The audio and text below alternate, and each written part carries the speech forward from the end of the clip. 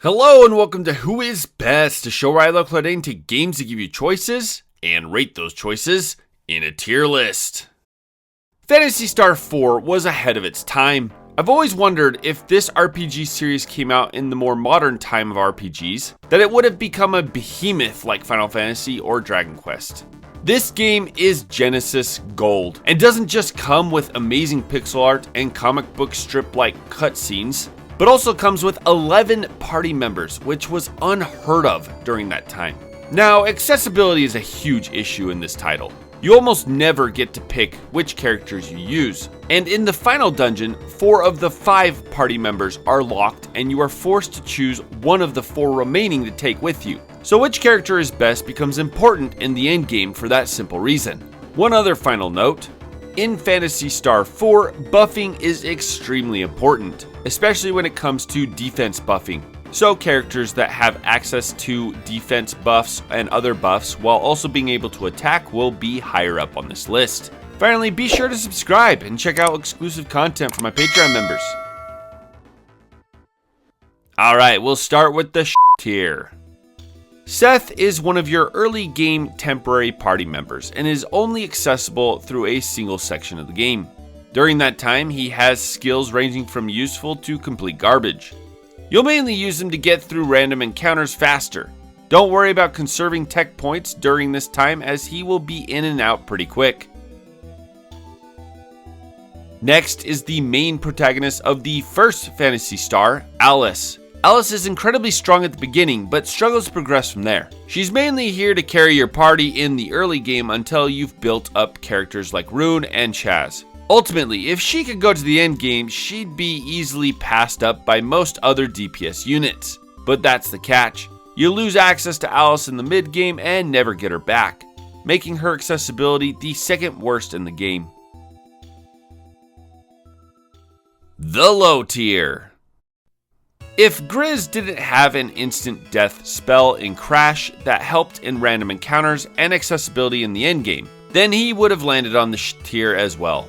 Speed is one of the most important stats in Phantasy Star 4, and Grizz has some of the worst speed in the game. He also lacks any sort of healing spell, and any strong attack he gains in the endgame is usually cancelled by bosses before completion.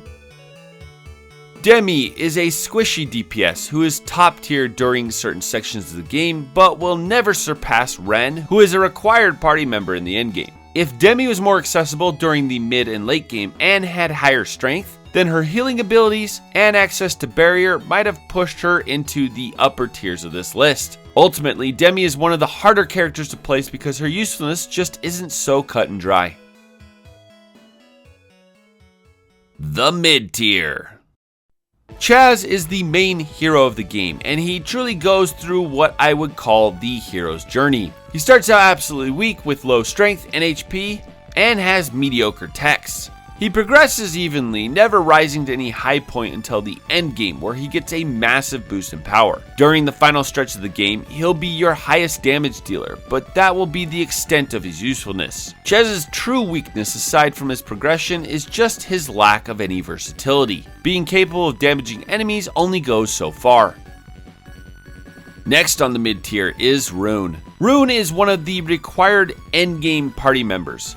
He's just slightly better than Chaz due to his early game god tier status and his offensive versatility. He's incredibly useful during mob battles, and if left in the back, his squishiness becomes a moot point. Unfortunately, that usefulness tanks in the endgame. Almost opposite of Chaz, Rune just can't cut it when it comes to the latter half and ends up being dead weight for the most part.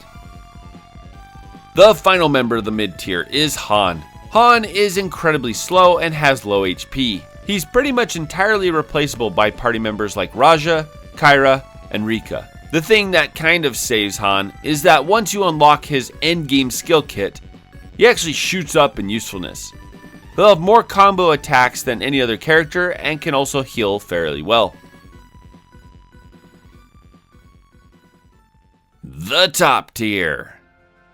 Kyra is one of the best support units in Kyra is one of the best support units in Phantasy Star 4. This is due to her awesome skill kit, including one of the best buffs in the game, Warla, upper tier speed, and HP.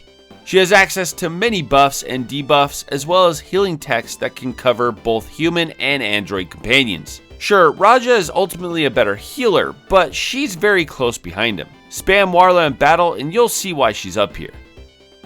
The final member of the top tier is Raja. Raja is straight up the best healer in the game. With Raja on the team, there is not a single boss battle that will truly challenge you. He has access to the best skills in Phantasy Star 4, including Blessing and Regain. He even has a few decent offensive spells. The main thing keeping Raja from the god tier is that he is practically useless in random battles. He mainly just sits there not doing much. I mean, it's not the worst trait, but it is nice having your 5th party member helping clear out mobs and not just waiting around until the boss. The god tier. Ren's Barrier is a beast of a skill and throwing on his tanking ability, and you have an awesome character. He's also one of the 4 required party members, so his place is welcome. You'd use him whether he was required or not. Ren has some of the best stats in the game, and his weapon type lends out some awesome damage. Being an android, he does share some of the downsides, mainly having a separate turn for healing and getting absolutely obliterated by lightning damage. But aside from that, Ren is awesome.